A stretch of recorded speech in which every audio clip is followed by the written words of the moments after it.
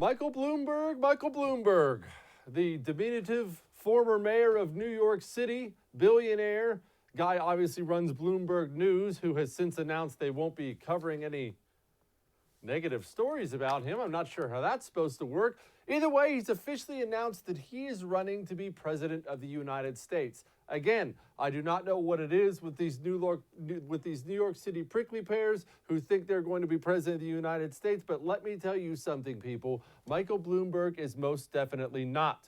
But in the interest of fairness, not that I have any interest in being fair, but look, we're going to be nice today. It's a Monday, it's Thanksgiving week, so we're going to show you Bloomberg's, opening campaign video. Here it is.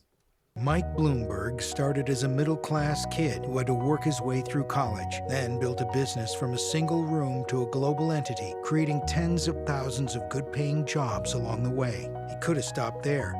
But when New York suffered the terrible tragedy of 9/11, he took charge, becoming a 3-term mayor who brought a city back from the ashes and brought back jobs and hope with it, creating tens of thousands of affordable housing units so families could have a decent place to live, raising teachers' salaries and kids' graduation rates, and creating a more open and livable city for the millions who call it home. He could have stopped there, but when he witnessed the terrible toll of gun violence, he put his money where his heart is, helping to create a movement to take on the NRA and the politicians they own, to protect families across this country and help turn the tide. And he's funded college educations for thousands of deserving low-income and middle-class kids, and supported life-saving medical research, and stood up to the coal lobby and the outright denial of this administration to protect the only home we have from the growing menace of climate change. But now he sees a different kind of menace coming from Washington, so there's no stopping here,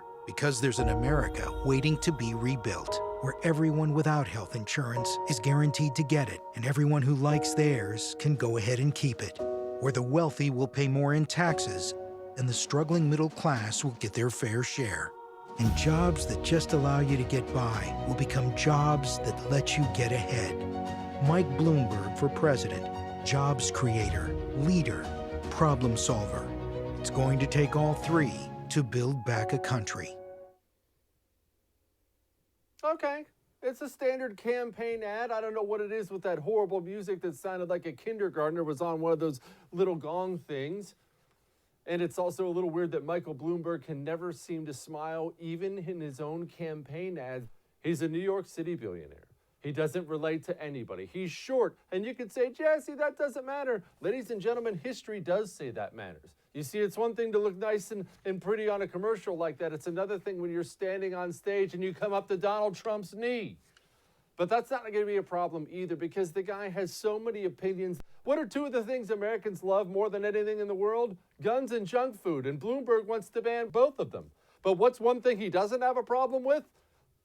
Apparently he doesn't have a problem with communism. So the United States currently accounts for about 15% of global greenhouse gas emissions. Yes. China accounts for roughly 30% of greenhouse gas emissions. How do we, even if we get to net zero and we're doing our part, how do you account and how do you get China, India, and the other countries to be good partners? China is doing a lot. India is doing some, but I think that China is doing a lot. Yes, they're still building a bunch of coal-fired power plants. And they're still burning coal. Yes, they are. But they are now moving plants away from the cities. The Communist Party wants to stay in power in China, and they listen to the public. When the public says, I can't breathe the air, Xi Jinping is not a dictator. He has to satisfy his constituents, or he's not going to survive. He's not a dictator? No, he has a constituency to answer to. He doesn't have a vote. He doesn't have a democracy. He's That not doesn't held mean he can accountable by survive voters. if his advisors gave him. Is the check on him just a revolution? You're not going to have a revolution. No government survives without the will of the majority of its people. Yes, you heard that, all you poor communist citizens around the world. Why don't you just chip in and let the guy know you're unhappy? Communist leaders are always so cool with that. Gosh, what's the worst that could happen? Oh, but you thought I was kidding about the junk food ban? Here's Mayor Bloomberg on his war on soda. And so while other people will wring their hands over the problem of sugary drinks in New York City, we're doing something about it. The Board of Health's limit on the serving size of sugary drinks does not limit anyone's consumption. It just requires them to think about whether they really want more than 16 ounces. Yes, this campaign's going far. Look, I'm not even going to play all the videos. The guy has campaigned against earbuds. You know, those things every person on earth wears now. The guy actually campaigned on turning hot dogs into tofu dogs. I'm not making this up. Look, Michael Bloomberg is not going to be president. He's not going to be the Democrat nominee. But this isn't really about Michael Bloomberg.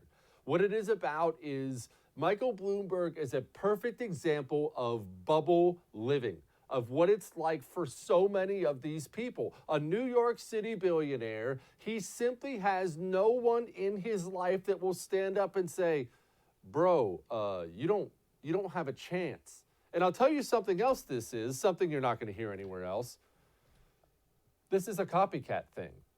You notice how when Barack Obama jumped into the primary, let's rewind just a little bit, when he jumped into the presidential primary, everybody in the world said, he has no experience. What's he doing? Who's this freaking guy? He's never had a real job. He's been in the Senate for about 5 minutes. And then he went on to become president. What have you seen in every single presidential primary from then on? About 95 candidates in the Republican primary and the Democrat primary. Why is that? Because we live in a copycat society, ladies and gentlemen. Everyone looked around and thought, well, I'd like to be president. Yeah, I've never done anything. Neither had Obama, and he got to be president. So everyone just jumps in the ring and runs for president. You remember that idiot from California, Swalwell? Everyone does it. Well, this is the Donald Trump factor, and rest assured, Michael Bloomberg will not be the last one to do it. He looked around and saw Donald Trump's president of the United States, very likely on his way to be a two-term president of the United States, and thought, you know what the American people want? They're ready for a rich guy. Well, look, the American people are okay with the rich guy, but you have to do two extremely important things if you're going to be a super rich guy running for office. One, you have to not apologize for being a rich guy. People think you have to do what Bloomberg was already doing in the commercial. I mean, we can punish the billionaires and rich people suck. I mean, I kind of suck. Donald Trump never did that.